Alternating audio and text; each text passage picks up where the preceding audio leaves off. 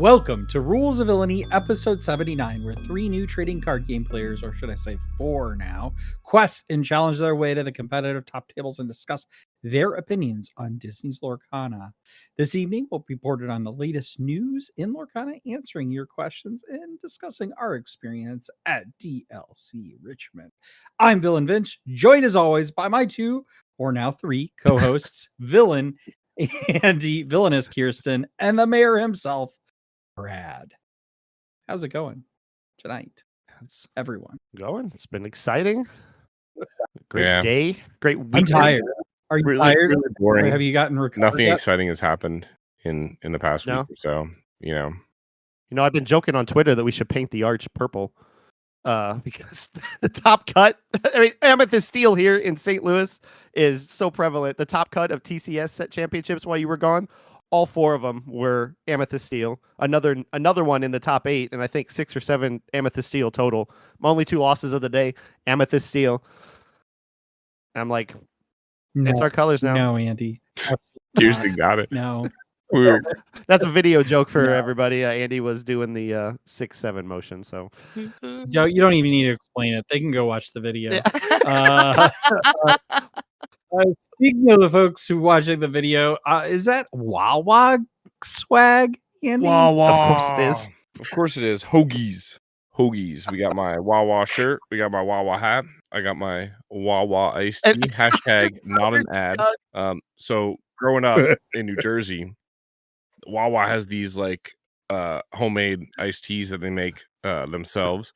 It's probably white label, let's be real, but it tastes much better than any of the others. And they have different flavors: peach, raspberry, lemon, and lemonade iced tea. And I will tell you, my local South Jersey area was it was like your gang that you were in. Were you the peach tea crew? Were you the raspberry tea crew? Like the guys in my town, Elka Hill, all peach tea, right? Next town over, they were all raspberry tea. And so you'd be walking down the street with your half gallon, and you could know it's like, the Jets and the Sharks. For audio listeners, I need people to understand that Andy was holding up like a milk jug, but a half gallon of it just filled with tea. Ready for this? Yeah. Well, at this point, it's almost gone. Back in my day, this was $1.50. Now it's a little more expensive. But how much is it now? Probably like $3. I bought several of these. I can check my Wawa app. We should reiterate, though, not an ad. But if they want to, I tell you what, we're accepting. If Wawa wants to, we will put their logo on our jersey. I'll get a Wawa tattoo.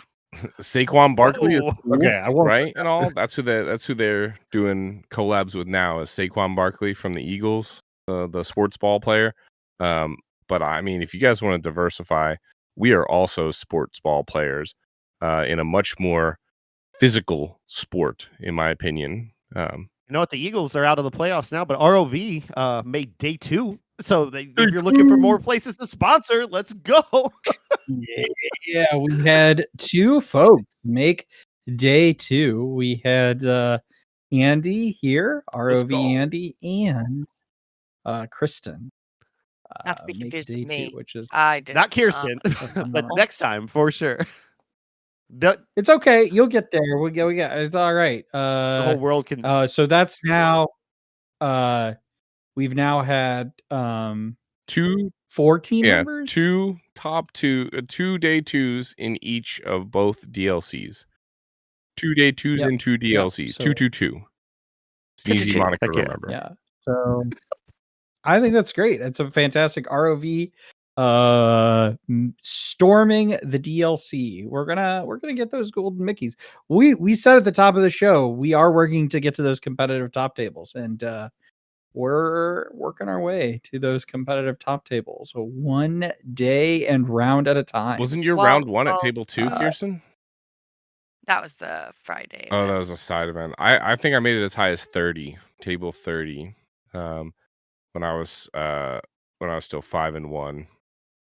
But that's actually pretty high, depending on how they did fixed seating. Yeah, too. Yeah, I'm pretty sure they did fixed seating. They wherever. I want to say it's wherever you're like first round, because there were fixed seating all over the Yeah. place, and some of them even got moved, which was an oddity. There's some technical difficulties with some fixed seating. But let's get into Underworld news. Andy, you want to take it away? Sure. Kirsten and I were invited to guest cast the upcoming Top Cut Games CCQ that is happening this weekend. If you are listening to it, all of the players are arriving in Phoenix, Arizona, and are ready to play for a chance at the Continental Invite. It is January 17th and 18th. It will be 8-ish rounds of Swiss, a top 16 cut. I believe the finals will the top cut and the finals will be on Sunday. Most of the main event will be on Saturday. They also have a 1K event following the CCQ completion on Sunday, which will also be cast. This event is awesome. We were actually talking in the Discord today about CCQs and things like that. And what I think is really, really awesome about this one is it's basically entirely homegrown. It is at a high school, a local high school. A lot of the proceeds go to that school. All of the vendors are local vendors. They have really cool things there like childcare. So for a lot of those people who bring their kids to events and things like that, the number of people I saw managing an infant child while also playing in the main event at the DLC was mind-boggling. They were all the power to them. That's impressive. But they have all these really awesome things. So definitely check that out. It is hosted by, like I said, Top Cut Games and the Lorcana Muses. We'll have all of the links in the description. Be sure to come on by. Myself, Kirsten will be casting along with the Lorcana Muses. Enchanted Kim, Rebecca Quests will be there, I believe, casting. Nate from I think is also from Lorcana Muses. Yep. And probably more that I'm forgetting. So definitely come check it out. We're super excited to be invited to be a part of that. Yeah, we're super excited. I'm- And we're not only kicking off the event, so we're casting that first round together. We're also casting the semifinals and finals together too. Let's go. That's so awesome. Yeah. We're It's gonna be get so much fun. a continental invite. That'll be so Heck thrilling. yeah, baby. I enjoy when I'm Yeah. timestamping our live streams here in St. Louis. Just our most recent one, Andy and Kirsten, of course, and Brando remotely. A shout out to him. But you guys in the booth together was so much fun to listen to as I was going through and finding all the places to just the little banter and then the actual gameplay. Everything was just, I was like, this is great, and I cannot wait to see you do it on an even bigger stage than we do it here. Yeah, we're really good at finishing each other's Sandwiches. There we go. Okay. Like I said, pros. Well, you can edit that to be a little. Yeah, No, I did on purpose. It's like frozen. Yeah. Remove the Sandwiches. pause. That's what I was gonna say. Boost dramatic effect. No, I'm super excited for both of you. I'm a little jealous, not gonna lie, to cast a CCQ. That's pretty awesome. And one step closer to our goals here of one day casting a DLC. So excited about that. Any other news, Andy? I get both of the news today. So congratulations. There is a fungus among us. Huge shout out to James Gray, aka Fungus. A player that I honestly had not heard too much about, but the community loves him. I'm actually disappointed that I hadn't heard about him sooner. Makes great content, an amazing player, a Baja Blast, Emerald Sapphire connoisseur, if you will. He took down DLC Richmond in 5 games. So we got to our silver scrapes. It was an amazing matchup. Definitely worth watching. It was a lot of fun. So congratulations to you, Fungus, for your victory. We will see you at Worlds. Yeah. He actually just did a AMA on Reddit Mhm. today. Today's Wednesday. So if you're listening to this, you should go back to Reddit. It's in the main Lorcana. I'm sure it's there. You can read through some of the things. I do have just one slight bone to pick with him, though. On Twitter, he talked about how he practiced for 1,500 hours in set 10. That is just not mathematically possible, sir. No, he said 1,500 games. Yeah, 1,500 games. 1,500. I thought he said hours. No, he said 1,500 best of 1,500 threes. games. Yeah. Maybe get good. Whoa. Yeah. Hours, mathematically possible. Games. Wait, no, hold on. Did you say 1,500 best of threes? Because Yeah. 1,500 I can find the hours, tweet. I think, is less than 1,500 best of threes. A best of three is at most. Yeah, so 60 either minutes one. Because I'm with Vince on this one. I'm with Vince. I'm just saying, mathematically. Listen, I'm sure he practiced a lot. I have no doubt. I'm just saying, mathematically, 62 and a half days But- is 1,500 hours. How many days are in this? Does this man Yeah. sleep? I mean, I don't know the anatomy of a Yeah. fungus, but maybe they Oh. just, don't need to sleep. So between He did say so hours. I did the calculator. He did say hours, actually. Yeah, I thought he did say Yeah. hours. Oh. I thought he said. So from set release to the DLC, the day like Thursday DLC is less than 1,500 hours. It was 62 days. Yes, but when did we get the last reveals? Because they could theoretically start Proxy? practicing before Yeah. that. Yeah. Yeah. Yeah. So about a week before or so is I think when we got all of the reveals. So basically, since the reveals finished, Fungus has slept about 6 or 7 days, Ah, there it is. It There it really- is. and he was awake the rest of it playing Lorcana. But hey, I Just slept that's for what, reference, 40 just minutes. 24 hours. that's what it takes Just to win a DLC. grinding. Count me in. I'm just giving it a try. Listen, I'm sure he's super tired from that event. It's all good. Anyway, Brad, do you want to talk a little bit about how set champs went for you? You played here. Yeah, I kind of ran through it already. Yeah, we had 15 people out at the collector store. Great crowd. Had a great time. I got hashtag mayor perks because I started with a first round bye, so already on my way to doing well in that tournament. Then unfortunately, my second match of the day, of course, was the dreaded Amethyst Steel that I'm just so tired of. But this Amethyst Steel. I shared this. I talked about it briefly in the Discord, but I didn't give you all the details. The card that beat me in each game, especially the first one, the Sword of Hercules. Beefy Spud came all the way down from Olney and had a great game. I don't have it with me, but he gave me a 3D print of a little buddy, a little potato. Yeah, and I'm so happy to have it. Yeah. And but the Sword of Hercules is a card that whenever you banish something, you get lore from it. But the way that he used it against me, all three of them came out in the same game. Every time I play Hades on something of his, he played that sword and just instantly banished my Hades. So that's 6 lore that I never got from that game, from all 3 swords being out there. And then when the swords are out now, I can't turn anything sideways unless I'm positive he can't challenge into it. And it was a complete lockdown. I could not believe that he took it out in 3 games. I think it was 3 with him. It was definitely 2 with Stephanie later, who I want to give a huge shout out to because she actually thanked us as a podcast as saying that we've made her better. Stephanie's been a game night. Her and David started coming out to game night, and they've been out to Fortuna. They've been out to almost all the stores here in the area, and she took me out. I was 4th place going into the final round. And she was at 8th, also on Amethyst Steel, and her Amethyst Steel was all evasives. It was really hard for me to get things going when I couldn't deal with her evasives that I'm not used to seeing, like Archimedes and some other spice that she had in there. But she took it down 2-0. I didn't hold back at all. She absolutely got me. I think David was actually surprised when he came back, came to check on her and said, "Who got it?" And I said, "She got it."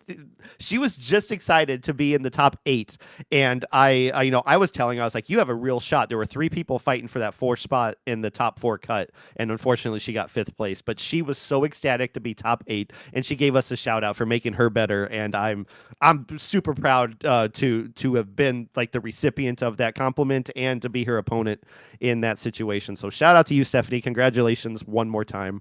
But only 2 losses of the day. Made my top 8, got the Daisy card, and was content, but Amethyst Steel is just the bane of my existence, and I cannot wait for things to shift where not everybody in St. Louis is playing that card, because like I said, the top 4 decks, the whole top cut was a different variation of Amethyst Steel, and it was like, Should have expected. well, that's yeah, I should have done something completely different, but I just haven't been practicing a whole lot and wanted to play what I was comfortable with, and had some very good games. They were all good games, but maybe a shout out to Ryan here on the team as well. My other win on the day was a very close game that I got so lucky on against his, you're going to love this, Ruby Emerald, like Christmas deck. And he was doing all kinds of shenanigans with that. And the only way that I won was by having the book out and drawing an Elsa at the very end of the game to exert something for that 20th lore, man. He had the game locked until I found a way to draw the exert card.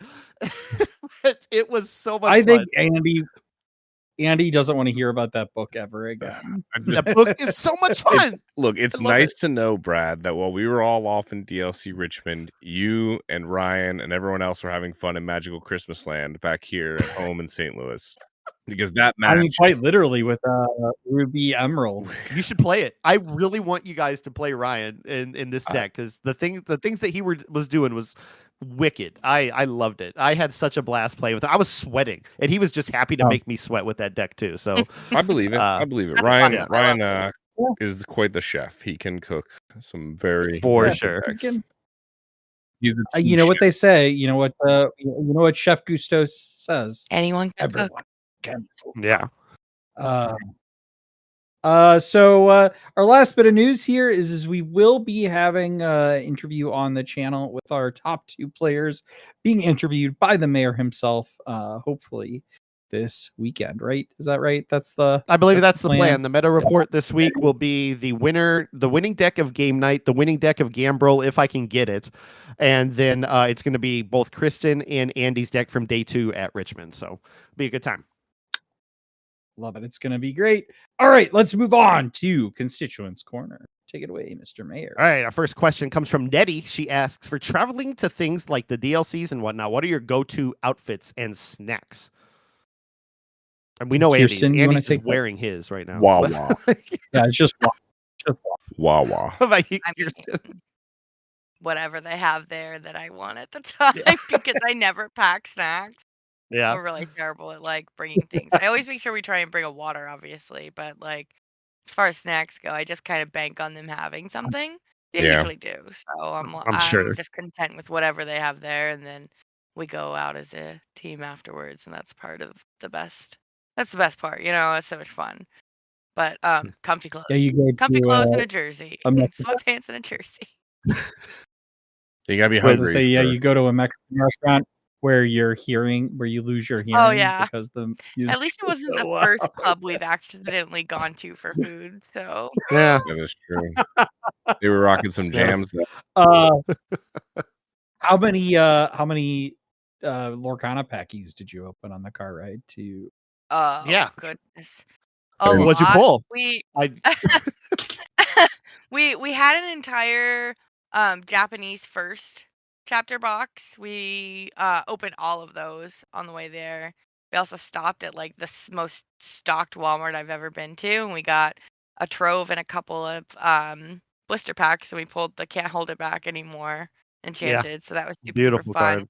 We won't talk about the trove, and we won't talk about the other trove that we bought on the way back either. Oh, so you didn't buy You that bought first yourself chapter on the way trove then? No. No, of course not. No, we stopped at the same Walmart on the way back that had that. We bought the last couple of like blisters that they had because I was like, oh, whatever, it's fine. It's just like 3 packs. And we bought the last Whispers trove, and those were all doo-doo also. But it's fine. I got one enchanted out of it. Yeah. Can't hold it back anymore. That's fine. I'm just gonna go rip Vince's fabled trove and that I've had you sitting in my room. And you got to let it go at the DLC Richmond for buying a box for your yeah, quest. we did the collection quest. We bought a box. And they just gave away a Let It Go? No. So they did a deal. So like if you bought a box of product, so we bought a box of Whispers, obviously, you get 6 collection quests to complete. So like one collection quest was like $25 and you get 4 packs, or was it 2 packs? I don't remember. I think it's 4 packs. They're But if you fullbacks. bought a box, you get 6 of the collection quests, and you get 6 pulls. Or is 7. it You 7 get a pulls? bonus. No, you get a bonus. Yeah, you get so the you Yeah, get so bonus you get pull. You get a 7 bonus. pulls from the like they had like 3 stacks of promos flipped upside down, so you couldn't tell what it was, and you Yeah. just like point to which do you want, the left one, the middle one, or the right one, and you get 7 of them. So it's kind of like a lottery. But we just like went through and we did a couple of them, and we ended up getting one of the Let It Goes from there. Oh, that's awesome. I've got some Congrats. feedback It's a lot for of that fun. though. The fact that you could get a Let It Go in there was absolutely awesome. It kind of reminisces back to Chicago when people tried to say that there was a golden Mickey in the random promos that they had at the prize wall, which I think was bait because those random promos cost like more than a hat did. But Yeah. but so that was really cool.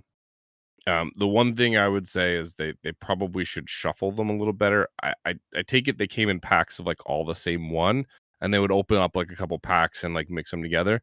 But we pulled Let It Go, Chicha, Aladdin, Aladdin, Aladdin, Chicha, Chicha, Chicha, and then Julie just finished her collection quest, and she pulled 3 Chichas and 4 Aladdins. So it was like not the most random of promos Yeah, there. and then Tabitha did it.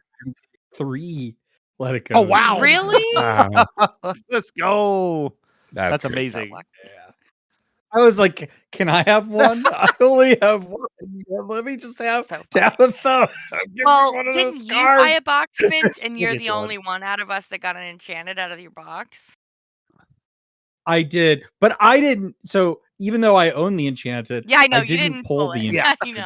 Okay, like so I'm still like for nothing here Yeah. when it comes to enchant and Whispers in the Well. No, I bought a box and then I did the collection quest and then I had to go back and do judging stuff. And I was like, Julie, would you mind opening this box? And she was like, are you sure? I was like, yeah, like I don't care. Please open them. And she was like, what do you want? Like keep. And I was like, rares and above. And then that's really what I want. Which was nice actually, because like then I didn't have to worry about sorting the cards. I just like I see her coming to me and she's like, and I see this like smile on her face, and I got like 2 it had 5 legendaries and 2 iconics. Yeah, And I did That's Daytona epics. legendary. Epics. Get out of Two here with epics. your 2 Two epics. iconics. This guy. Okay, That's what I Ryan. meant. Is that Okay, Ryan.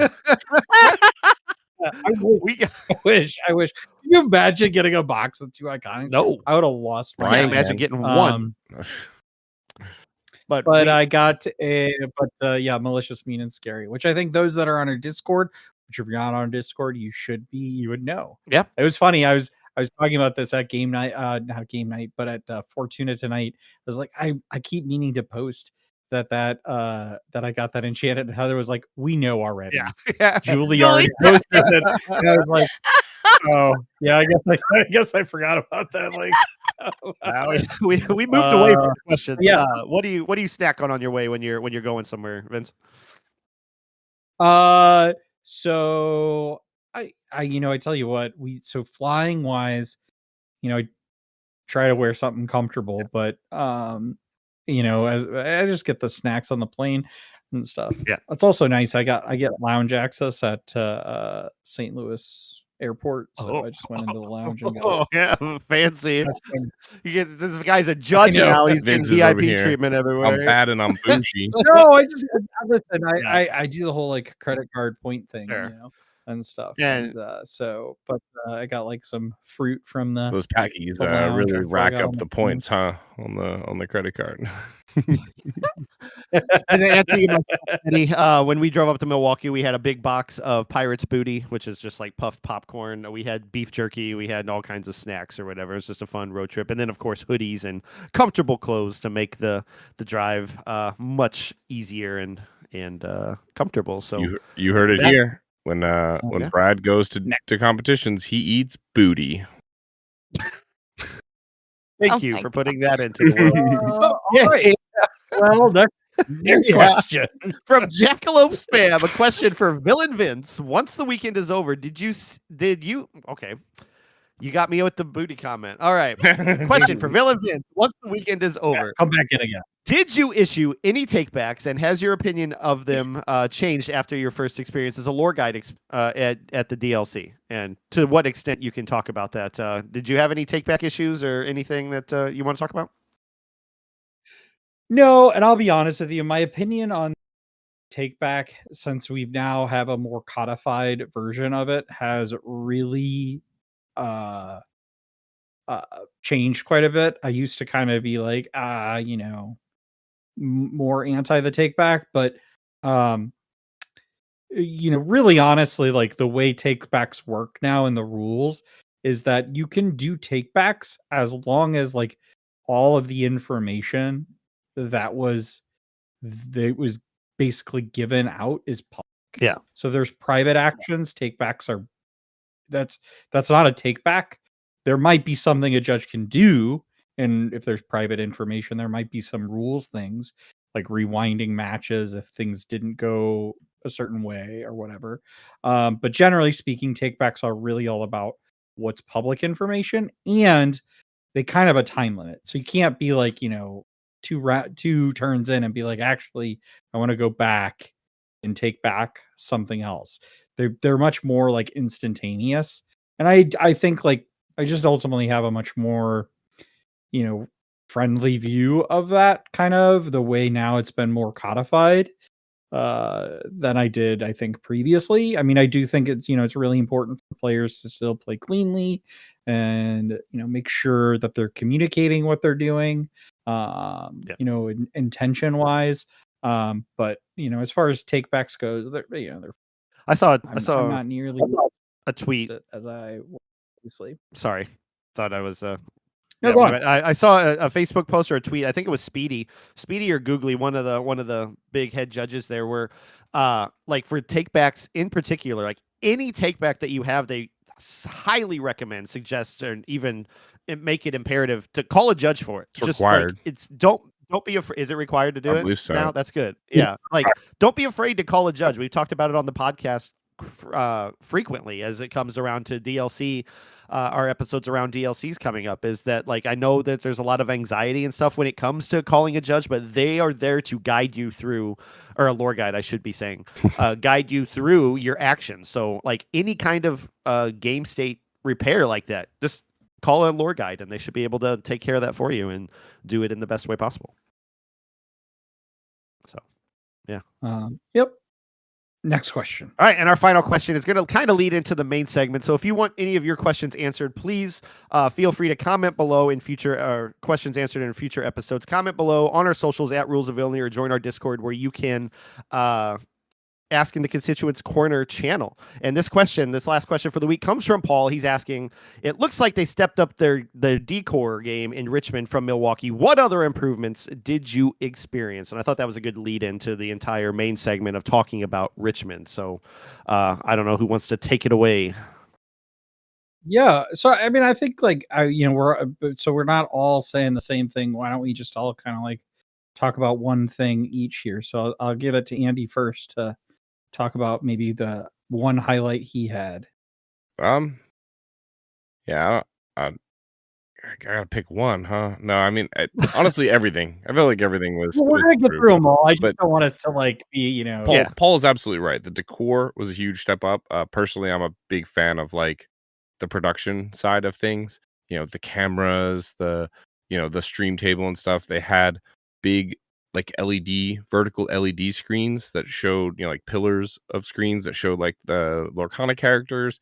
They had a crowd cam.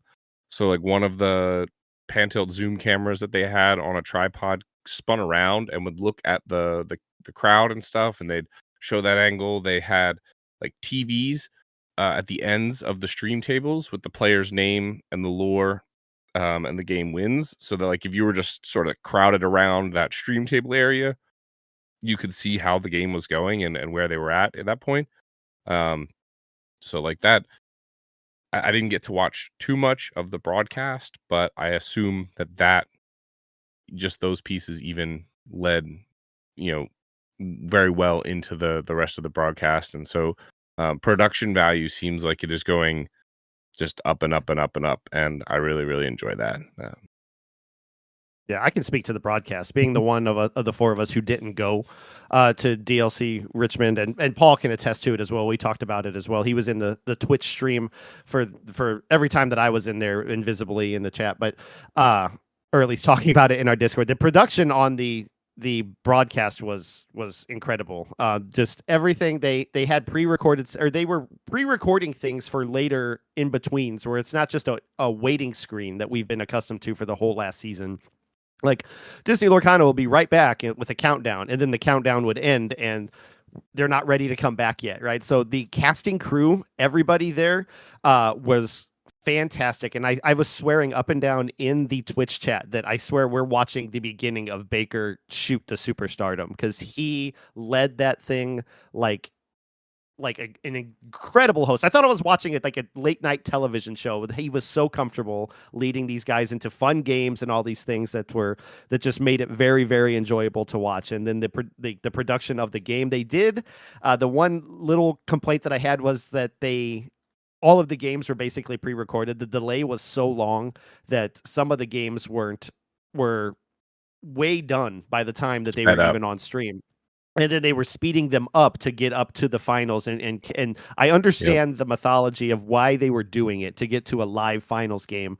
But having the link to the tournament, it was so easy just to go click the link in the pinned messages and see who won this game. If you wanted to spoil yourself, and then because those matches were done, and the people who have no longer in the tournament are now in the chat watching the game and everything, they were spoiling it for people who were there, talking about like, just wait. I can't believe DKP's already in the top 8 as he's playing in his like top 32 game or top 16 game. And it's like, that's not cool, man. They can't help that, but there's gotta be, more ways in the future as we progress and get better with the production, which they did this time to kind of circumvent those kind of things from happening. But overall, like, I had a great time watching these games and the things in between. And then even I think Andy was the first to call it. They got end credits, they had.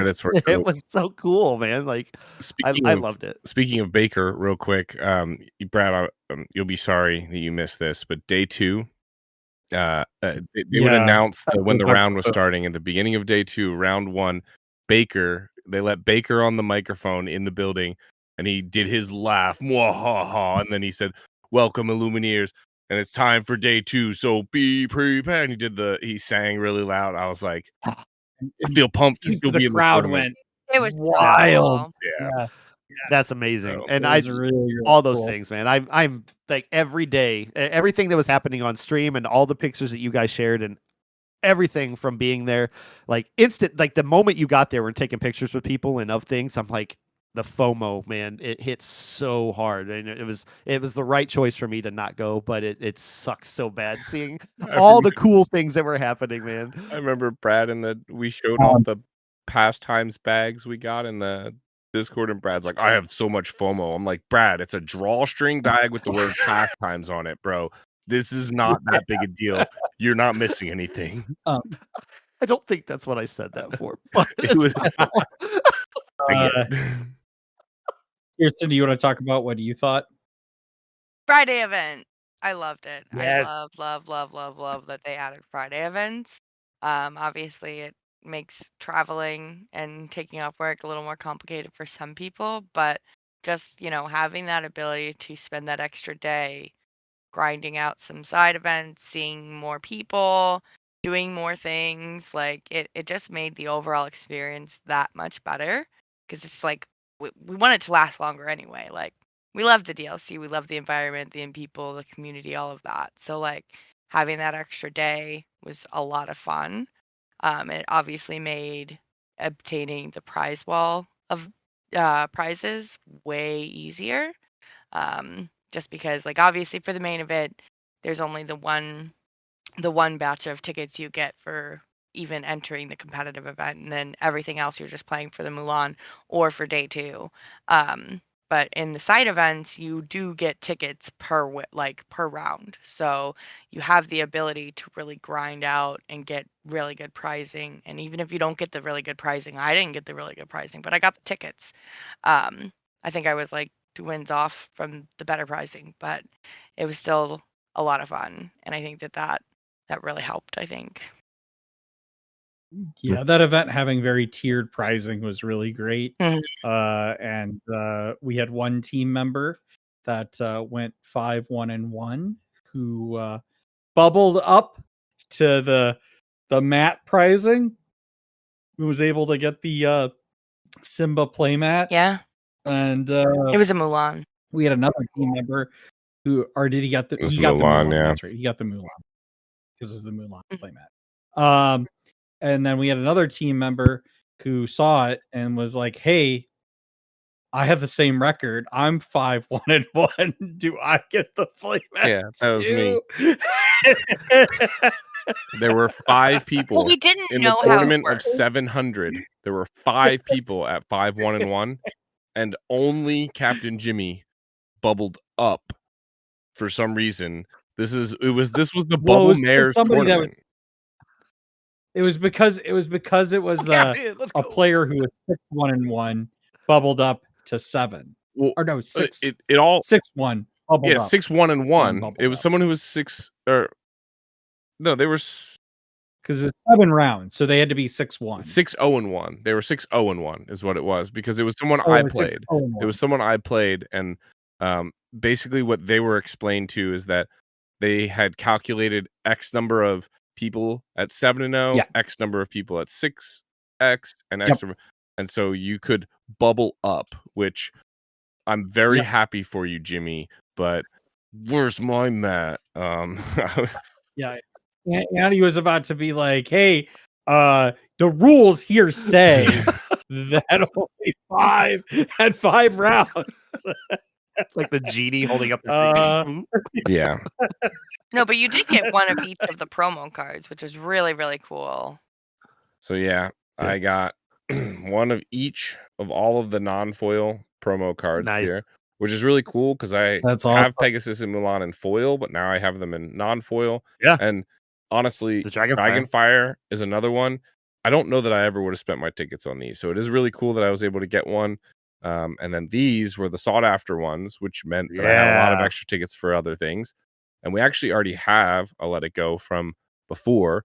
Plus, as Vince pointed out, we got another one from the collection quest. So the Friday event, even though I'm a little disappointed in my performance, I could have gone 6-1. That was completely on me. The tie game that I had, I should have won. I got to 19 on turn 4, and my opponent couldn't do anything about it. They had nothing on board. I won it. They were playing a little slow, but I should have scooped in game 2. It was a time management issue. It's on me. But doing that, besides the tickets, like Kirsten said, that we got 5 wins. I got 5,000 tickets plus my tie and my loss. Kirsten got like 4 wins, got like 4,000 tickets plus her losses. It really meant that we were well on our way to being able to get the prize that we wanted. And we actually ended up getting the mat, which I guess is still behind me. I'll pull it out later. Even before I made day 2, and got the 10,000 tickets. So those 10,000 tickets were all bonus. So it really, really felt great to be able to, get a lot of that sort of out of the way and not have to worry about like grinding side events and things and such on the subsequent days. Yep. Yeah, that made a big difference because And I it- think we only did like one side event on Sunday at all. I mean, you were busy in the morning because somebody made day 2. But other than that, we were just able to like hang out and like chill with our friends, go find people and talk to them. It was just fun. Yeah, Good. a lot of fun. And I was able, because of the tickets, I was able to secure, or Kirsten was able to secure this hat, because I had a few tickets because I did some pack rushes. But I gotta say, I saw a picture of you in a hat, and I don't think I've ever seen you wear a hat before. And I'm like, who is that guy? It was so weird seeing you in a hat, but I'm so happy that you got it. It was funny. Kirsten came over, like, threw this on my head, I did. and I just wore it. That was with my head. Andy. And then Andy did it, maybe. Yeah. And then I finally took it off, and I realized that it was like hours later. I was like, man, this cat is kind of like itchy and uncomfortable. and it has like a paper insert in it, and I just like had this Whoops. paper insert in the thing the entire time. Which whatever, it is what it is. So but yeah, I love it. I wore it tonight to leak. Yay. I'm wearing a lot. When I put it on his So head, great. way too small because it still wasn't. And Vince was like doing one of the turns things or doing something important with judging. But Kirsten was like, I don't want to carry this hat around. If Vince wants this darn hat, go give it to him now and he can carry it around. And so I just I found want to Vince carry it. and I just walked by and I placed it on his head. So for a while he had like, you know, the So hat dope. that didn't fit on Yeah, it his was like- head and all. Yeah. And he was also like, you can adjust that hat. I was like, yes, I know. I just haven't had a time, just a second to do it yet, buddy. Give me a second.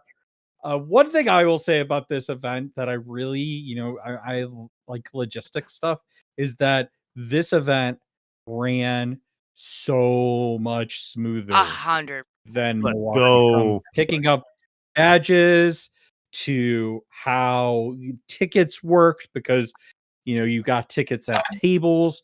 The only, I think, event that you really had to go get tickets for was the Infinity Spectacular event that occurred on Sunday, and that was just because of how the tickets kind of like Cumulative. exponentially stacked on it, Yeah. so that you couldn't just do tickets at the table. But if you did on-demand events, if you did scheduled events, if you were in any of the other events, you got tickets at the table, so you didn't have to wait and go somewhere to get your tickets and then go to the prize wall. You could just end and go to the prize wall. So it made it so much easier. The prize wall line itself moved really fast. That's great. They had a nice setup for the artists, which is really great. So there were actually kind of more like roped lines, and the artists like had it just like kind of flowed a little bit better. And then the other thing was a really great addition is the Ravensburger that you could buy. You could get puzzles there. You could buy Lorcana product there. So I know they sold out of the Sapphire puzzle. They sold out of Whispers in the Well troves, but you could get Fable troves. You could get boxes, boxes of I think it was Whisper in the Well, Azurite Sea, and maybe Shimmering Skies. Yeah, I don't know. They had for like sure. they had like 3 or 4 sets that you could get, Yeah. or packs that you could get, and then they did the quest. And honestly, what I really love about that is we talked about the Let It Go promo. So the way that worked is you got 4 packs, and they gave you a little like thing to like, and then there was a whole stack of cards that are on these 2 tables, and you could kind of like go through those cards. You could look through your packs and then go through all the cards to try to find them, and then you would go back the table, and then they got some complaints that all the promos were only the league promos, right? They weren't convention promos or anything. They were just league promos. And so starting on Saturday and Sunday, based on that feedback, they added the Let It Go promo. Nice. That's awesome. And so that's kind of how that came about, to get, so that it made people more excited. And it's funny, I went there on Saturday after they added the Let It Go promo. I bought my 4 packs. So I was like kind of convinced into it by the lady that was working the counter. And this lady in front of me completes her quest. I completed my quest. We go up. There's like it's a plastic container and has 3 columns of cards in it. And she picks the one on the far left and it gets a Let It Go. And I'm thinking, man, I'll just come back. Like, what are the odds that I'm going to get a Let It Go? And I was like, you know what? I'm already here. I don't know if I'm going to get away and do this again. So I'm like, I'll take the far other side. And mind you, I just have 1 and I got the Let It Go. And I was like, yes, let's go.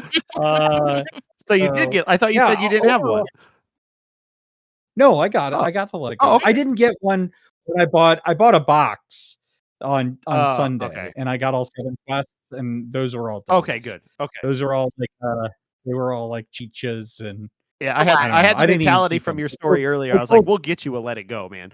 But yeah, Well, you have one. I Good. told, I told, Uh, yeah, I told Julie, I was like, you can give these out to people that like stop by the table, because she was our like local celebrity that she had Yeah. her Great little she was even more popular, I think, in Richmond than she was in Milwaukee. Yeah. Like, people just kept stopping by.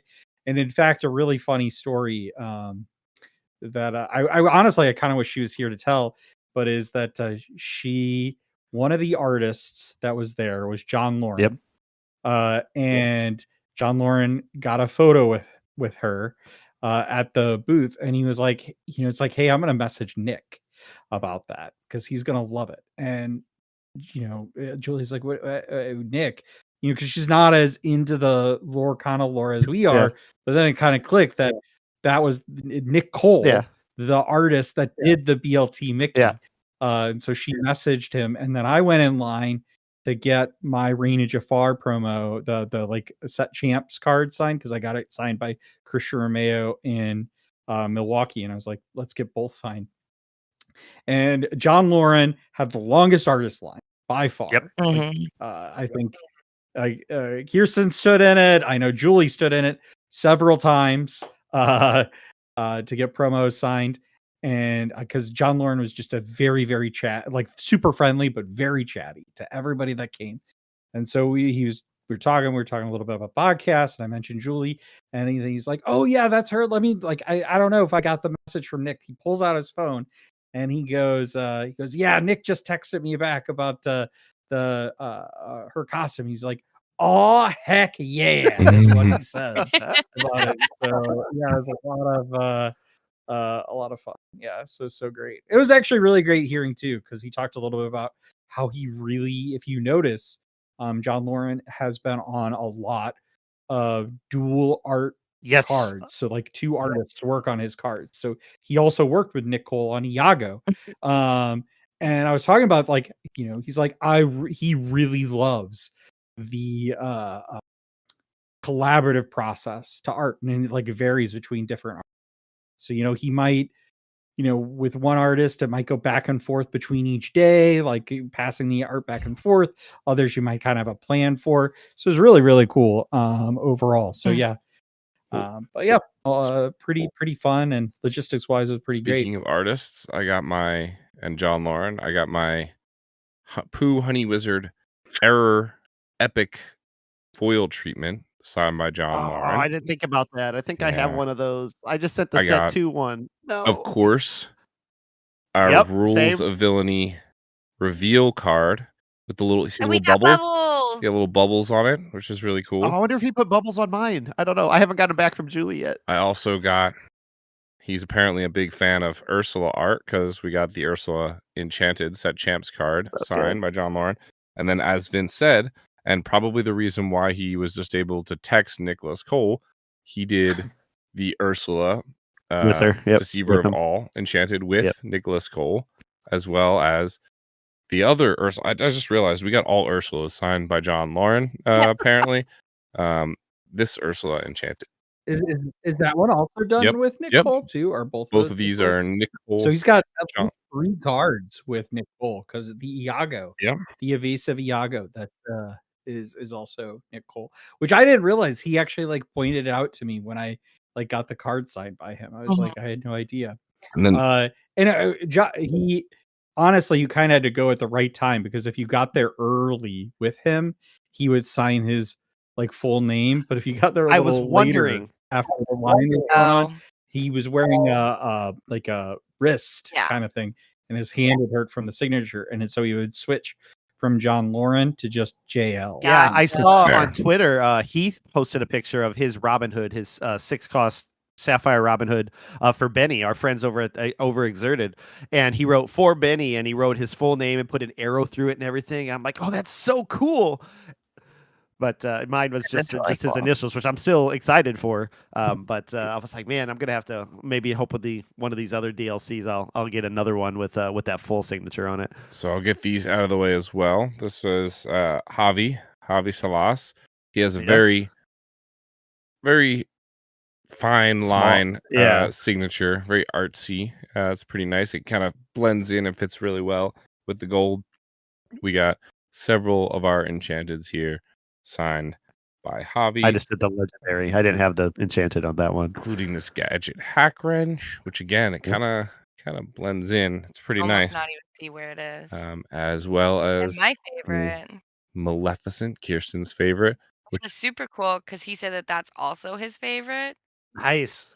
And I was like, all right. cool. And then he ended up telling me that he's trying to get into tattooing. And I was like, Ooh. sign me up. And then we I found out. volunteer as tribute. And then we found out he lives in Sweden, so it's going to be He does live a in long way to Sweden. go for a tattoo. Expensive tattoo. Look, okay. And then finally, A nice vacation. Valentina.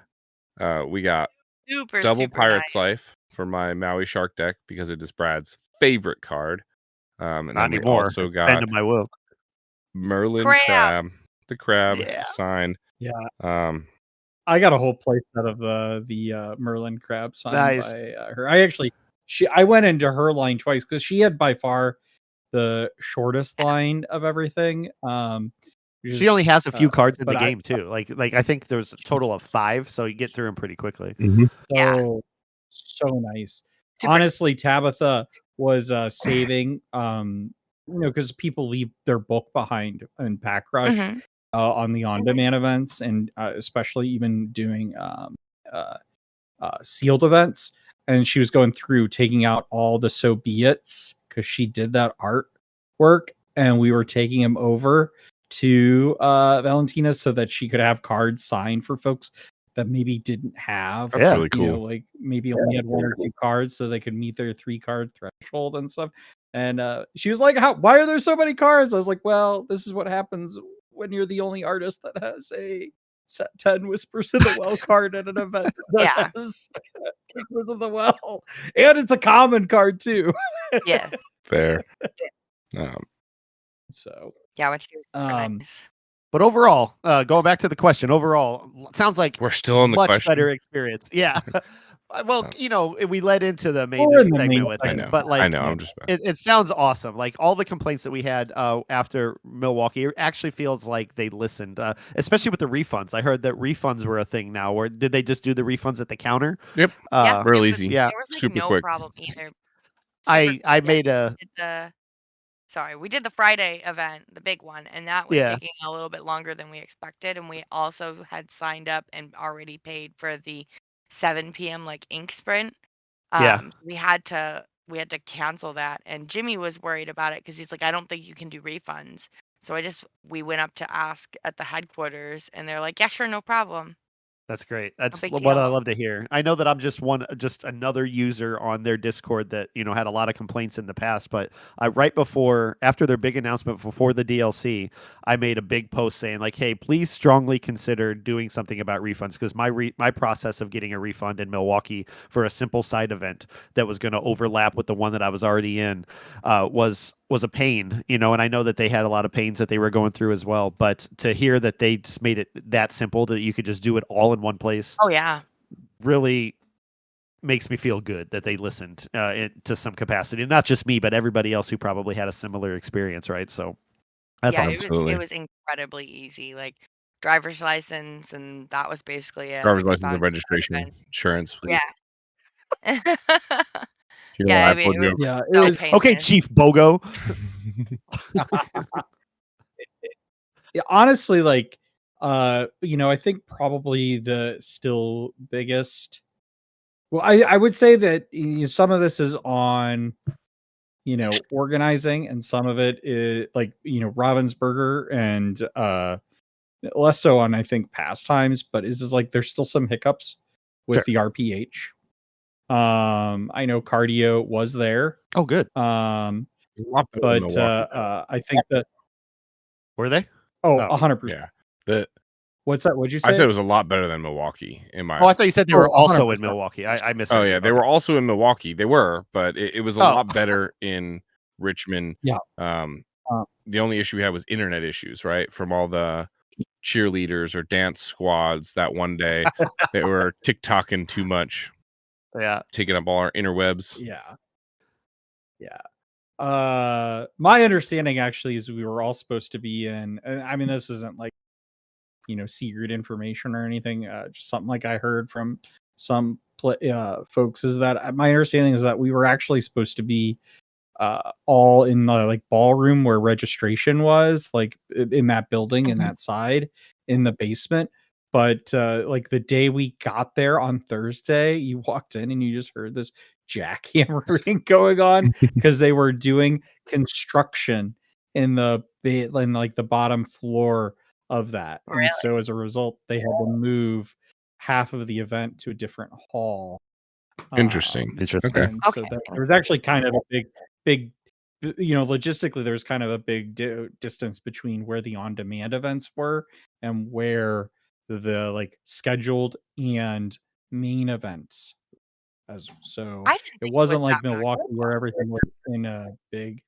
I feel like it was a big walk because I walked it back and forth like a few times. That's You heard a judge day. call down the road, and you were like, "I gotta go." Listen. On that note, I still hear phantom judge calls.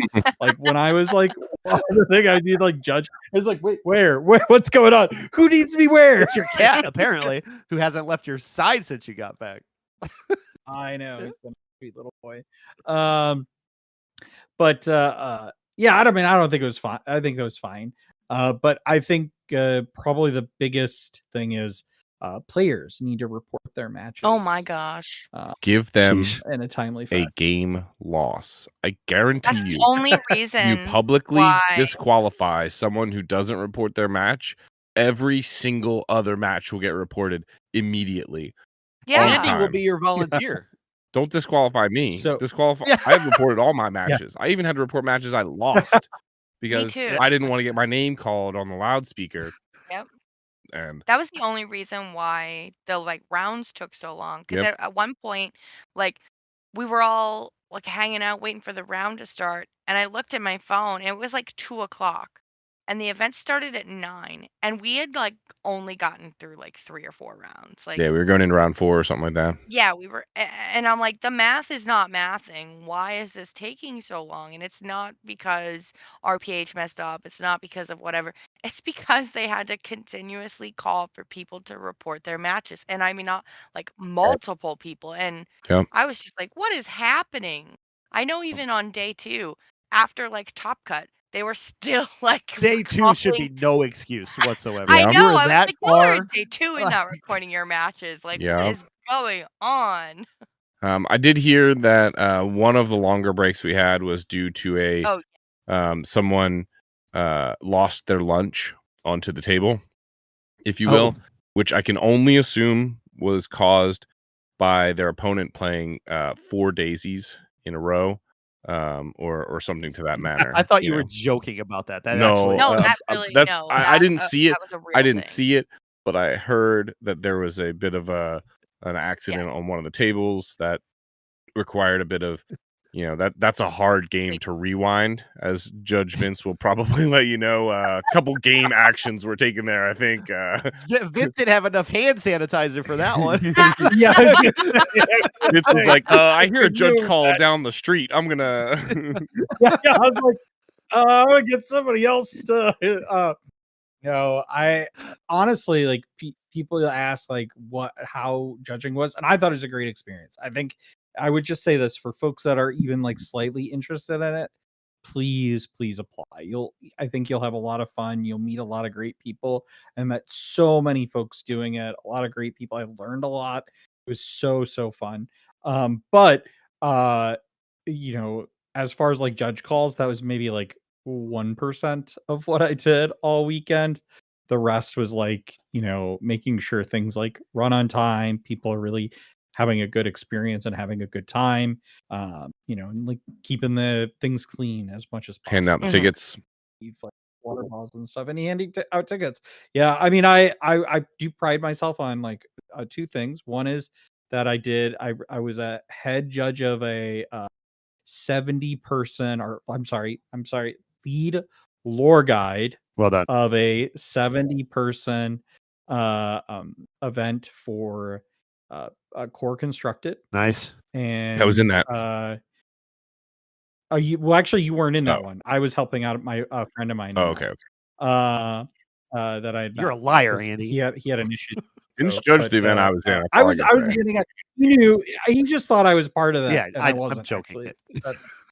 But anyway, I was super proud that like anytime a person would get up, like, "Do you report your match at RPH? Did you report your match at RPH?" Because you had to go back up and like tell them to like advance the round. Yeah. So because we didn't have access to like RPH on our end, so they had like one scorekeeper assigned to do that. And each time I had 100% reporting. Yeah. Let's go. Let's go. Second thing is, I was doing the Infinity Spectacular, and I cannot remember the guy's name, but he said the kindest thing to me, which was that he said that I was like one of like he's like, you should train other judges because you are so respectful and kind in helping out. And I was like, oh, that's so great. It's like I just want you to have a good time. So that was really, really, really great. That's awesome to hear. But yeah. Honestly, like I said, I think this is probably it's really up there with Seattle with me as far as how the event ran. I think the only thing that I kind of still miss from Seattle is I 12 do cards. miss the like a viewing wall. Oh, yeah, like the big viewing area. Yeah. Yeah, the big. What'd you say? 12 cards. Is that all you were missing between this one and Seattle? Was about 12 cards. No, more like 72 because he didn't Yeah, even he play. he didn't true. play. I didn't even bring a deck. I didn't even bring any cards. Yeah. I brought cards home. I bought stuff. There was a viewing area though. It was over in the kids section with they had coloring book pages and crayons. Or, I mean, it was as Y Breezy put it, lunch. Yeah, like a 42-inch TV. Yeah, and it was a much Chicken smaller. Yeah, it was certainly not the Seattle viewing area, but yeah. I thought the Seattle that having that big TV was super nice. Yeah, super cool. You know, I'm not a huge fan of the crowding around the tables. I agree. Yeah, but you know, it's like logistically, that's just my thing. But I do love how they had the Illumineers, like the names, the young Illumineer section. Oh, Yeah. And they actually like had stuff out for them. They had like puzzles. They had like coloring pages and stuff. There were like lots of things for people to do. You know, with kids over in the young Lumineer section. And then the other thing that I struggle a little bit about this, so I'm actually kind of curious what your opinions are on this, is that you know, because DLCs are largely competitive events, but like side events and on-demand events are supposed to be casual. But I kind of wonder, like, I do feel like there probably should be some more casually oriented events geared towards, because one thing I heard by folks is, well, listen, I know Andy, you're is that there was this couple that went to go do on-demand events, and they were in a pot of 8. They did I want to say it was like core constructor, right? So you needed to be in a pot of 8, and they're both new players. They don't have like the meta decks and stuff. And they thought that doing the on-demand events would be more casual and they'd have more fun. And they ended up just playing basically the same decks that they had played in day 1 that they dropped out of for the core event and stuff. And not, you know, there's the thing is like, because, you know, and I understand those players going to go to the side events to try to get tickets because they want to get the prizes they want and they want to do the competitive event. But, you know, just having a place for somebody to go that has, say, like a, you know, a less competitive event deck that they could play with less competitive players, I think is something that would be nice. It's so hard to do with competitive pricing too. That was another question from Paul in the past, where, you know, like there are those players that I 100% sympathize with, and I want them to have a good time and play, you know, these things that make that bring them joy, but you know that, you know, just by they're not as competitive as you would play on a day 2, you know, a day 2 deck is what I guess I'll call in this example, but when there's competitive pricing and everybody's grinding out these events, trying to get as many tickets as possible to get all the pricing, those decks aren't going to hold up, Yep. and I don't know how to fix that. I don't know. The quickest fix would Yeah, I don't know probably either. be to just not have pricing for Yes, those events. That's like the exactly. only way that you're going to be able to satisfy both sides, because then those competitive folks are going to look at that event and be like, well, what's the point in me Yep. signing up to play in it? There's no incentive. Yep. So that should Yeah. ideally leave the door open for all of the more casual people to want to sign up and do just like a casual round robin style tournament where there's no stakes in it at all. Because once you assign an amount, like a value to that, to joining those types of casual events or those side events, people are just going to use those to be able to get more And- tickets. 100%. Because that's the kind of the people- name of the game. And the people that are that we're targeting there, the ones that we want to have a good time, they're Mhm. also included in people who are decentivized in signing up for that. Because I'm certain they signed up for that core constructed event with the intention of playing less, more socially and less competitively. But other people who are trying to grind tickets are going to join that too, and they want Yeah. those social players want those tickets to get the cool stuff that everybody else is getting. So it's just. I really don't know how to resolve it, right? Because we don't have enough. We got enough staff now that everything runs smoothly, but now we need extra staff to run non-prized events, basically free events. It costs nothing, you get no prizes. It's just more casual. But they also have starter deck tournaments, 2v2s, 3v3s. Things that were to a lot of people less competitive. That's also not to say that like those 2 people got in a pot of 6, and those 6 people may have been grinding for those last couple tickets to get a playmat or something big that they wanted. That's not to say if they had been in a different pot of 8 that they wouldn't have found other people who had the same, mindset. So yeah. I would love to see things like franchise decks, more casual oriented events, formats to play. But that requires more staff. It requires more Vinces. It requires, more space. It requires a lot of things. And, but overall, to that point, when we answered Paul's question, we talked about adding the collection quest. We talked about adding less prize heavy events, which we got with things like Ink Sprint. And so, we're moving towards that. There's a kids area, there's a collection area, there's I know a lot of people want cosplay like challenges or contests. Yeah.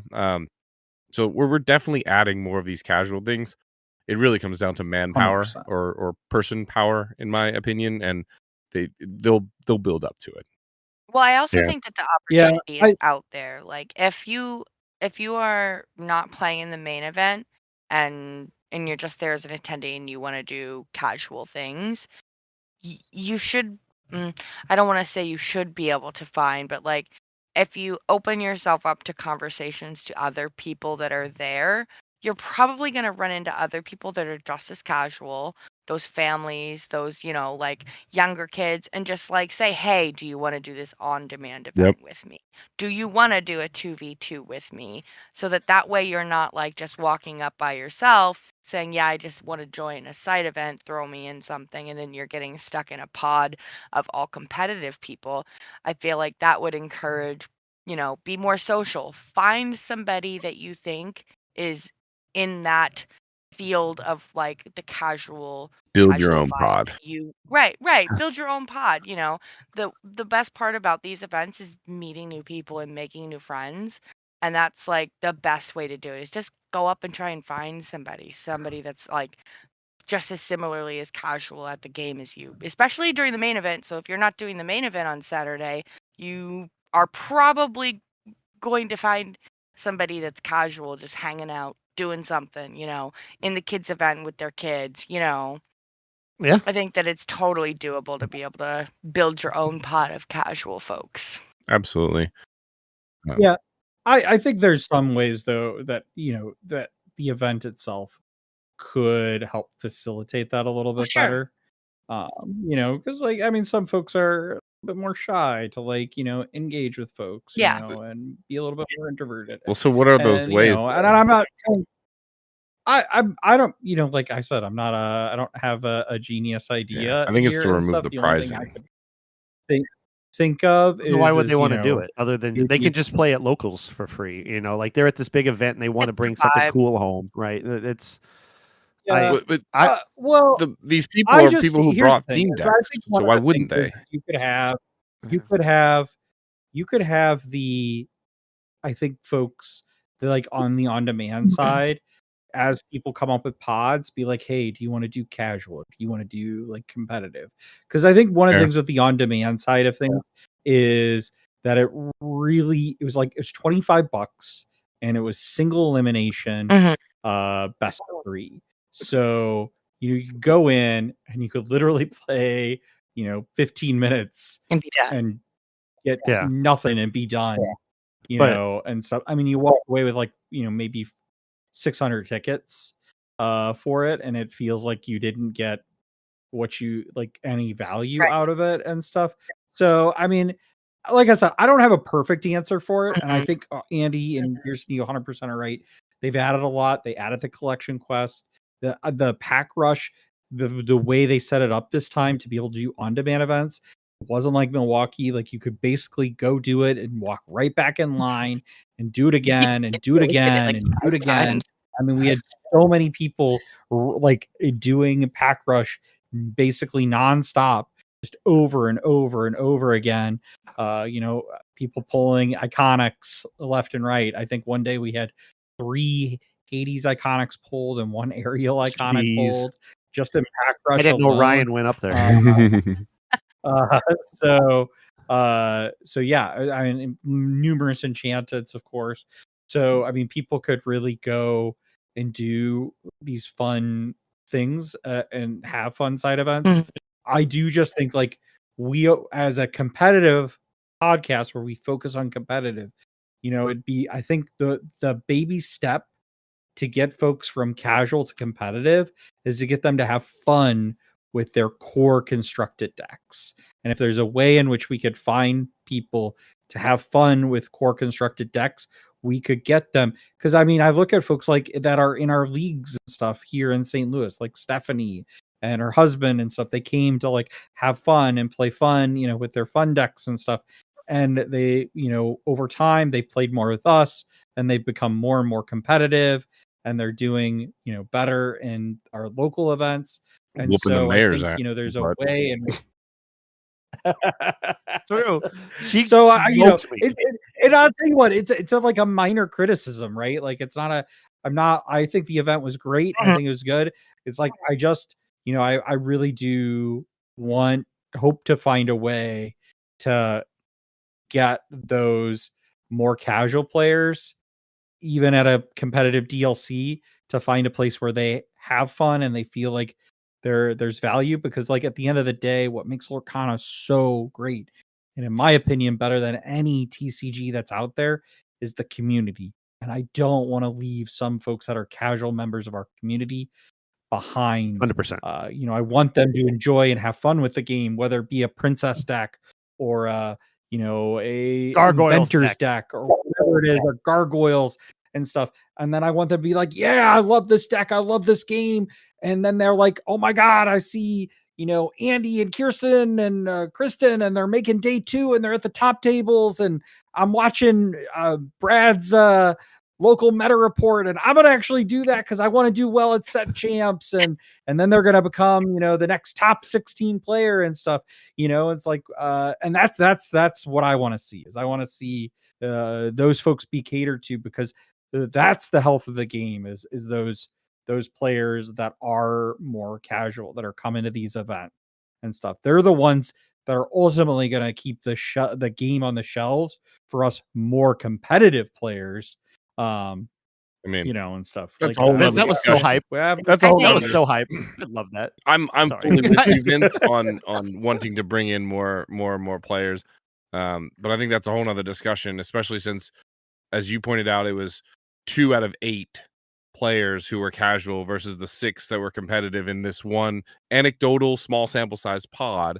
So I don't know that they are like the lifeblood of Disney Lorcana, but I do I think they are a very important piece of the puzzle that we should not exclude in any way.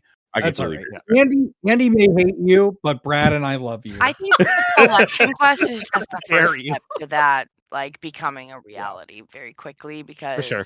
we can already tell that like Disney Lorcana and Ravensburger wants to cater to both competitive and casual players, and them just adding that one simple thing of the collection quest was probably like really awesome for the people who like don't like. Julie went up and did it like on her own. She's she, like that's an awesome thing for somebody who doesn't even play the game to just be able to go get some packs, look for some cool cards, and then get some like cool prizing out of it. Like I think that that's really awesome. So yeah, I think that that's just the first step, and I'm sure that we'll see much more things added that are going to be even better. Well, I'll be I excited. like how they did it there because like you could kind of go and just do it on your own. Yeah. But you talk about getting to meet people. One of the real fun things about why I did it so many times at Gen Con is because it was a great way to interact with the community the way they did it at Gen Con. By like having folks in like a little room and you could like meet folks and interact. That's true. And I think those little interactions are what make this game, because would just I'd be judging and I would have stories about like people I met and talked to, but then I would like come find you and Julie, you would talk about the people that you've met and had conversations with, and Julie would do the same. And everybody had these little stories about folks that they've met throughout the time and stuff. And just being able to kind of like coalesce that, and like I just walked away from DLC Richmond just more pumped about the game and the community and how awesome it is. Yeah. And just really excited. And that comes from all the improvements that Paul was asking about. I think it sounds like I would have shared the same experience as you guys, because we had a 20-minute, or I guess an hour-long video of our experiences at Milwaukee, and I feel like if we did that this time around, which I guess we've been doing already, it would be a complete 180 of what we were talking about last time. And so those experiences, those good experiences, those improvements make better experiences, and I'm happy that everybody seems to be all on the same page that's the case. It was so much fun. Your boy here got quoted on a Rudrose video recently about my experiences and how basically everything we've said, that Milwaukee to Richmond was a massive improvement. Great experience. I loved it. I did as much as I love our talk of the Disney Lorcana casual event, and the idea of that. It was a Disney Lorcana challenge, so I do want to, at the very least, talk about the event to some extent. Yeah. I don't have the numbers in front of me, but we don't need to go over like all of the percentages and stuff. I do want to, and I'm not going to get too much into my experience or performance, because I think I'll probably save that for the meta report with Brad.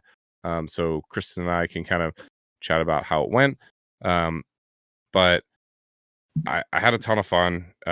We got our playmat, which I was able to find and can show here. Kirsten is when did you grab that? I don't remember. A while ago.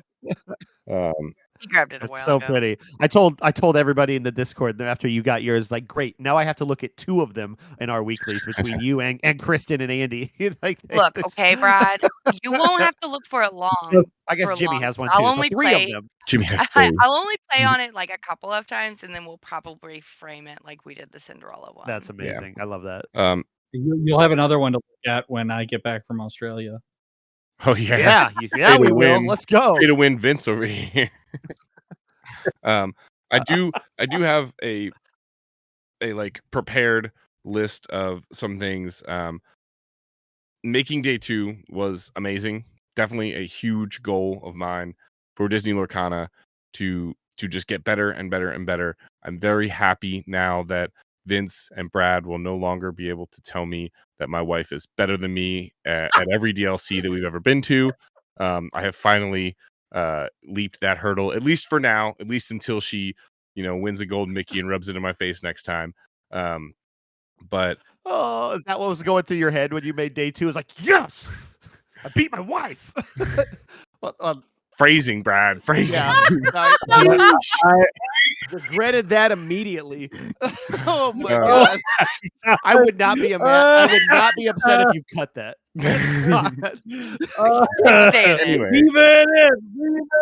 Anyway, I'll leave it in for Brad. I did have a list of as Kirsten said, and I'm sure we'll all repeat here.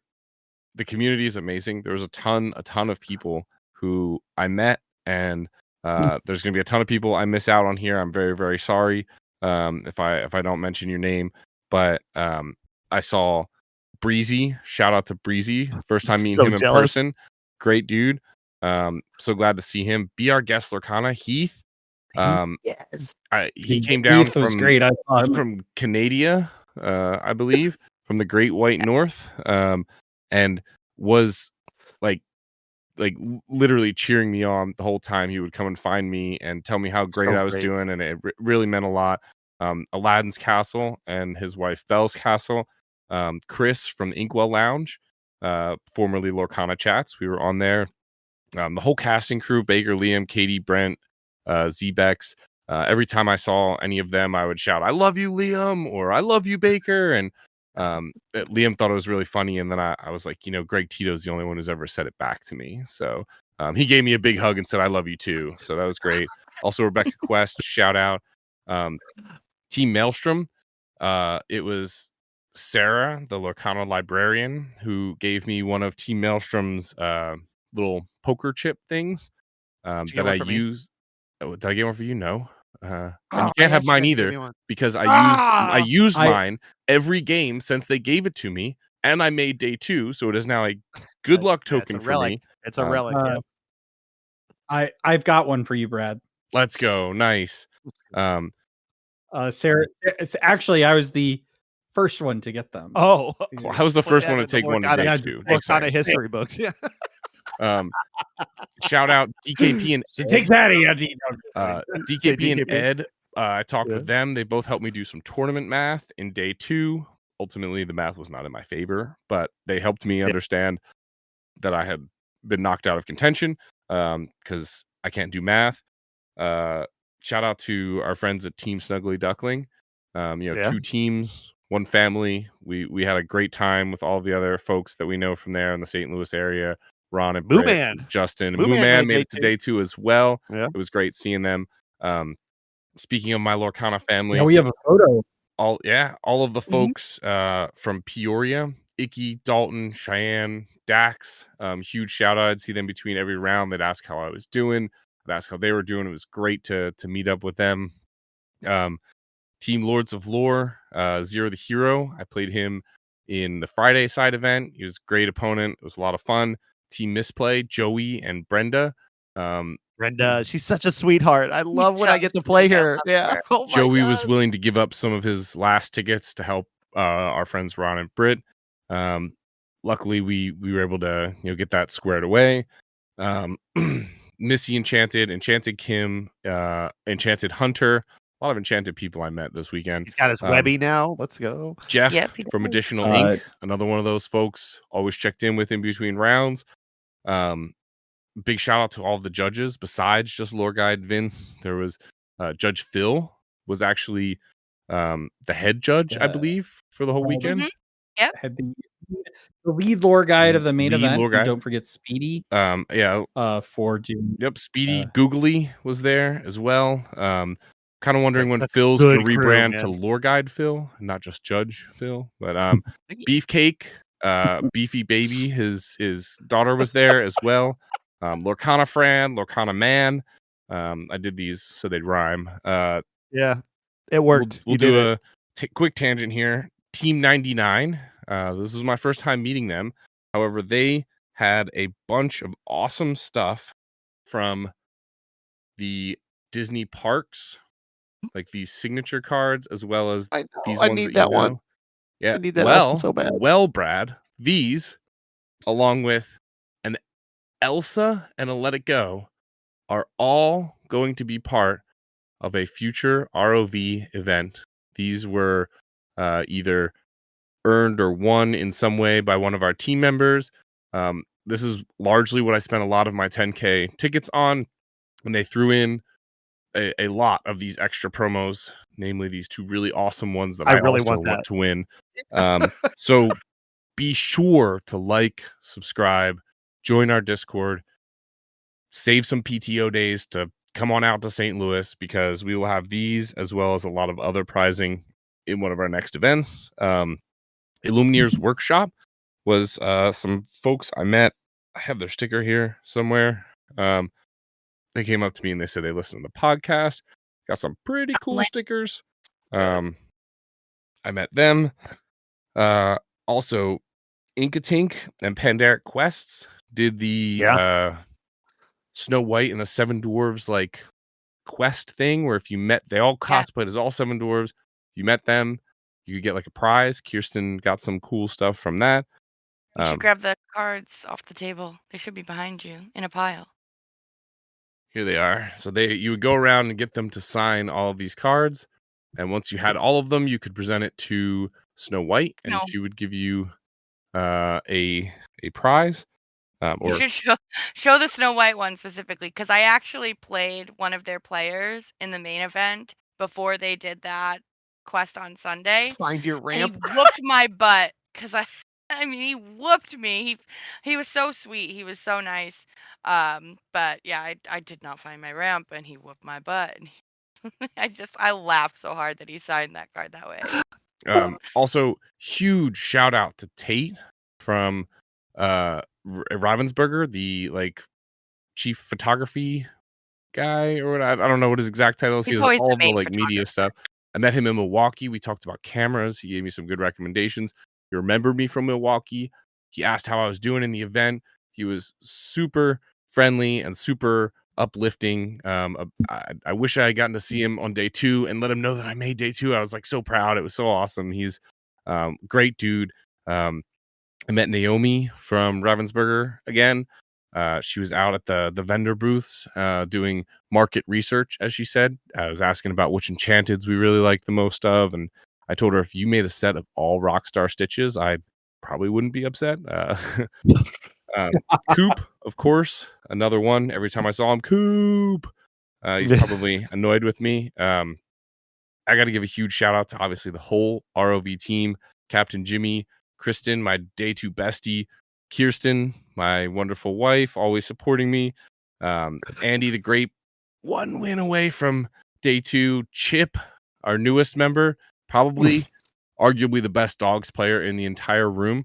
Sometimes the cards 100%. don't go your way, but I know and also a honorary uncle of the Hand family. Yes. And then Julie, as Vince pointed out, very, very much like our team mom, always reminding everyone to submit the results, holding down the table, getting in line for some people even to get some cards signed for us. Who's now our official team archivist. Yep. All of the ROV friends and family back home that were cheering us all on and rooting for us in the Discord. It was great to see everyone. Yeah, a huge shout out to everyone I met, all of my opponents, except for a few of you. You know who you were. But whoa. It was a lot of fun. I had an amazing time. I am very, very ecstatic that I made day 2. I know I said I'm going to go into my performance in the video with Brad, but I won't make you wait the entire time. I did play Blurple. I did play almost exactly DKP's Blurple. Not his exact list, because he added some things the night before or whatever that I was not privy to, but very similar to DKP's Blurple, with one added Ursula. The 5-drop Ursula, 4/5, quest for 2, can become evasive with the boost. That came in clutch. That came in huge. That was thanks to Dax, Alex from Peoria. He played one of those on Friday and just said it was chef's kiss, and I was like, okay, I think I'll do it. I'll try it. Let's go. One of my opponents had one, and it seemed like it worked for him, so worked out great. What was that 61 cards in your deck, or did you take something out? Yeah, 61. He took out one. What? He took out one guidebook, but I couldn't handle doing that. You couldn't bring yourself to do it. The guidebook I felt was too important. I probably should have taken one Hades out, purple Hades, but Hades. The Blurple I played felt great. 8 uninkables. This many. 1, 2, 8 uninkables. Wow. That's it. 4 genies, 4 blue Hades. Everything else was inkable. It felt very, very consistent. I missed ramp maybe 1 time, 2 times on the entire tournament. And so you didn't even play that extra 1 jump for the. Let's save that for our interview. Yeah, good call. So it was a ton of fun. We'll give you a little spoiler, but you gotta. It was a good taste. I wanted more. I wanted more. The whole point of saying that was that a huge shout out has to go to DKP. His guide, hashtag not an ad, but DKP's guide was some of the best money I've spent on becoming a better competitive Lorcana player. Binged it the whole way on the drive, just soaked in all the information. Brad will attest, I've not played Blurple this set at all. It was almost barely on my radar. And, who better to convince you to play Blurple 2 days before a DLC than the world champion himself, DKP. So me, DKB. No. But yeah, just quickly, I also want to add that we also Kirsten gave out the prizes for the folks that watched our spectacular that were there. Yeah. I know I spoke with Bryant, who was one of our winners that got the Webby. Yep. And he was also a judge with me as well. And he was super excited, and he loved that our stream. So that was super great. He was like, I'm only gonna stay tuned for like a little bit. But he ended up watching the whole thing. He thought it was a lot of fun. And that was really great to hear. There's also, I don't know if Andy mentioned it, Quest with Cole. I know him and Julie, because they both did some cosplay stuff. So I just wanted to shout him out as well. And all of the great judges and staff members that were there. I don't want to shout out your names because I don't know if you want me to shout out your names, but you know who you are. You are all awesome. And I learned a lot from everybody, and it was super fun. And I honestly can't wait to do it again. I also forgot this day 2 prize that I got, which was a gift from Captain Jimmy. He got this for me. He saw me eyeing it up at a vendor booth and was able to, negotiate a pretty good deal. He got some enchantments and things, and he was like, I know you needed this one. So he picked this up for me and said, congrats on the day 2. So I really, really appreciate that. Yeah. For those listening, that was an enchanted Shan-Yu, sort of Shan-Yu.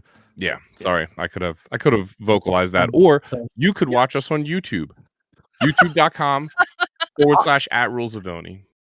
So before we move I'll just say the last time I uploaded the video episode on Spotify last week. So, really? Wow. Nice. What were you gonna say, Kirsten? Before we move on away from Richmond, I just need to talk about the moment for when they made day 2, basically, because that was so fun. That was such an adrenaline, emotional moment. So we were all. I know that Grapes Andy was watching Kirsten's game. I can't watch Andy play in a big matchup. I'm too nervous. So I was sitting over with our mom, Julie, and we were just sitting there refreshing.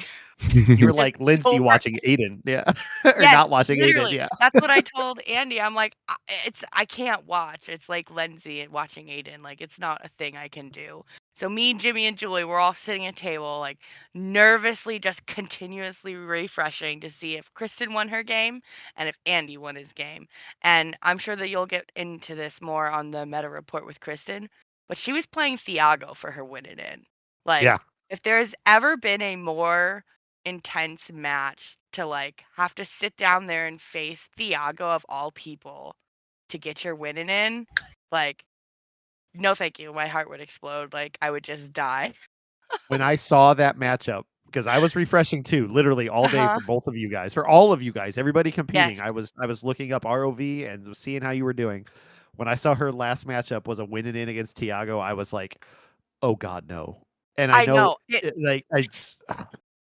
but I know she runs all this spice too, which we'll talk about on Sunday or on Monday. But like I was like, she's got to have cards in there he can't expect because he's a purple steel pioneer. You know, like he is the guy, and so he knows basically everything she can do into his deck, and to get that win, I can't wait to hear her thoughts on it because that is huge. That is huge. It was insane. We were all like, we know she's an amazing player, but it's Thiago. Like this is his job. Like he is a professional card player, and we were all just so nervous. Like we know she could do it, but like we're just like, oh my gosh, we got to keep refreshing.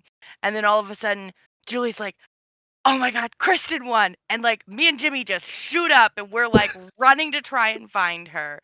So like we're running over to the tables. We're trying to find her. We finally spot her. We like see her and then we're like sprinting and screaming over to her. And then we're all celebrating and everybody else is like celebrating and we're all just yelling, she beat Thiago. Everybody else was so excited for her. And then I'm like, oh crap, I need to refresh Andy. Because I was just, we were just so hot in the moment that I refreshed Andy. And I'm like, oh my God, Andy won too. And then I had to run. I'll say, like, somebody said, I can't remember who it was. It might have been Julie, but she was like, I wish I would have filmed it because Andy had gone back over to try and find Julie and us at the table.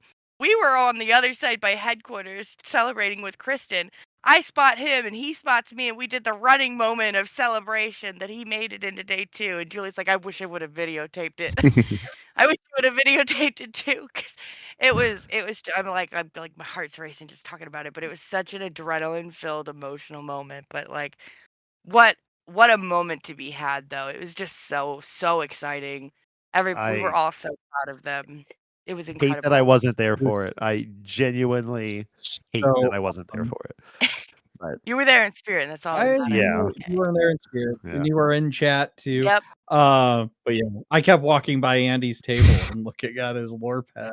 I couldn't. Yeah, I will say in that match, I'll just give a little. I hope he talks a little bit about it on Monday, but he will. I just looked at him, and I have never seen Andy calmer in a Lorcana match than that game 8 match. And I walked by the table, I look at the lore pad, and I was like, all right, this seems good. This seems good. Like you know what it was? You know what won it for me in that game 3? Ursula. That Ursula, as soon as I laid that, I was at like, I don't know, maybe like 9 lore or so. I laid that down, I boosted it, and I just quested everything, went to like 13, 14 or whatever, and I was just like, good luck. You got way too much stuff to remove. It was a blurple mirror, so but yeah, we'll talk about it more in the interview with Brad for sure. Any last thoughts about Richmond? No, I'm good. All right, if not, we'll get to everybody's favorite segment. Villain of the Week. All right, apologies to Gantu.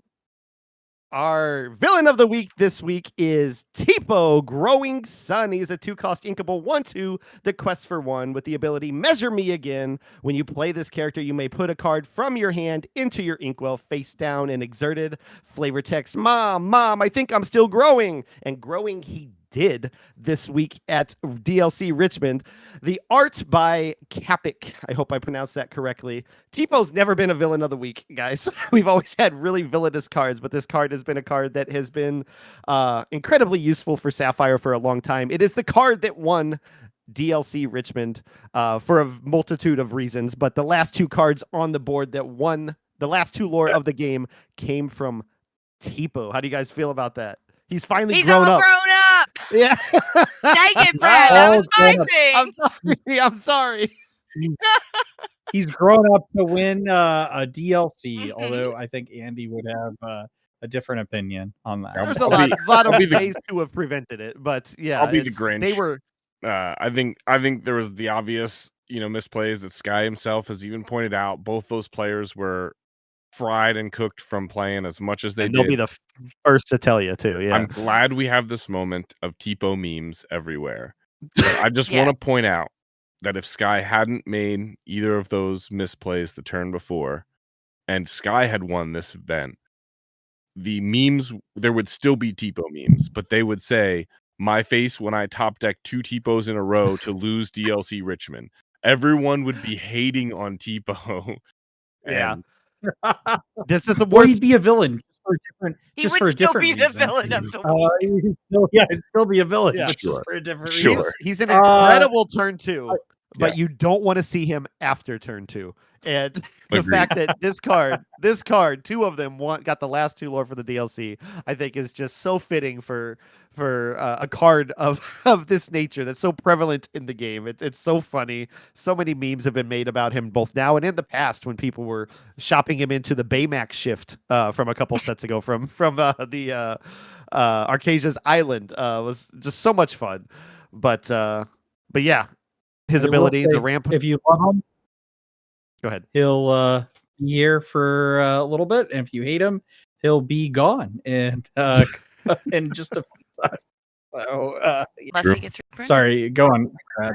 You were on a roll. No, I didn't have anything else. I was just cut- saying his utilization on turn 2, like he's one of the many turn 2 ramp things, and he's the more fair one. I think a lot of people fight you on Sail, saying that Sail needs a ban because it replaces itself and allows you to ink twice. But both of those cards do come from your hand when you're inking. Tipo allows you to ink anything. It doesn't have to be an inkable card. So he's very, very useful. from The your 1/2 on him. What's that? Still from your hand, but Still from your hand, right? Correct. You know, but I you don't get to draw from him as well, so you have a little less in your hand at the or fewer cards in your hand if you've inked with or ramped with Tipo than you do with Sail. So, he's better on but the draw. yeah, I will say though, we've now at no game as far as official Disney events. I believe no DLC endgame has not gone to 5 matches. It almost kind of Milwaukee. looked like it wasn't going to go to 5. I think Kirsten won it. I thought Milwaukee went to 4. 5. I thought, Oh, did he win it in 4? I thought he won it in 5. Someone thought he went correct in at me. 5. Someone tell us in the comments how many games it Yeah. went to. yeah. I'm not Because certain. I I don't know how to remember- look it up easily either. I remember the same thing, and I remember it was either DKP or Carson or someone was basically saying that the best of 5 helps even out the play draw disparity. And that's basically why all best of 5s go to 5, because it makes them a much closer match, which I love. I've never played a best of 5. Maybe next DLC. But it was, so it makes sense that they went to 5. It went to 5 matches. It did? Okay. in Milwaukee. Okay. I thought so. Fair enough. But Well, then, yeah, all of them. Fungus almost had this in 3 before Skylar rallied to make it. I know, that's what I'm saying. It's incredible match to watch. An entire mirror match. We didn't really talk about it in the main segment. We're not going to spend a whole lot of time on it here, but it was a 1 card change, identical decks with 1 card disparity there between the 2 of them, and it was just a battle of the wits. And as Andy said, a battle of who's more tired after 2 days of grinding this deck into this field and getting here to the final. So. But yeah, Tipo closed out the tournament with that final 2 lore. JDZ fell to the floor in shambles as he tweeted that Tipo won Richmond. But yeah, it was fun to see, very funny to see, incredible moment. Congratulations to Fungus and everybody, everybody for watching. I guess I don't know where I was going with the everybody part, That's all but should we jump into You the? want to get into the artist showcase? Yeah, the artist Capik has 15 cards in the game. This, of course, is one of them. One legendary in the Baby Hercules from a few sets ago that has not found its place in any deck at the moment. But perhaps the most important cards that Capik has illustrated are the 5 original Dalmatian puppies. Ooh. Yeah, all 5 variants are illustrated by them. And then the one other rare card besides the Hercules, the rare plus card, is the 2-drop Pinocchio 3-quester from set 2. So, but I will have a link in the description for all of their, or at least their Instagram, if you want to check out more of their work. And yeah, that's it. Right. Well, let us know your thoughts on Villainy. week. We hope you've enjoyed this episode. If you're joining us on audio, please rate and review us on Apple Podcasts, Spotify, or wherever you listen. And if you're joining us on YouTube, which if you're not, you really should. We have a lot of fun over here. Be sure to hit that like, subscribe, ring that bell so you can be notified of all of our future events. We've got Meta Report on Mondays. We've got Deck Test Tuesdays. We've got Vince Never Opening and Enchanted every day. We've got live streams galore. So come on by. We really enjoy it. And we understand your time is valuable, so we appreciate you spending some of it with us. If you'd like to follow along as we plot our devious plans, consider following us on our socials. We're on Instagram, Blue Sky, TikTok, and the platform formerly known as Twitter, @Rules of Villainy. We also have a growing community on Discord, which you can join with the link below. Kirsten, where can they find you? I am everywhere for the most part. ROV underscore Kirsten on Instagram and ROV Kirsten everywhere else. So Twitter, TikTok, and I think that's actually it. Blue Sky probably, but I don't ever post there anymore because I suck. But that's fine. Oh, you don't. All right. Until next week, stay safe, fellow villains. Be wary of wannabe heroes who want to disrupt your villainous plans. And as always, remember the rules of villainy.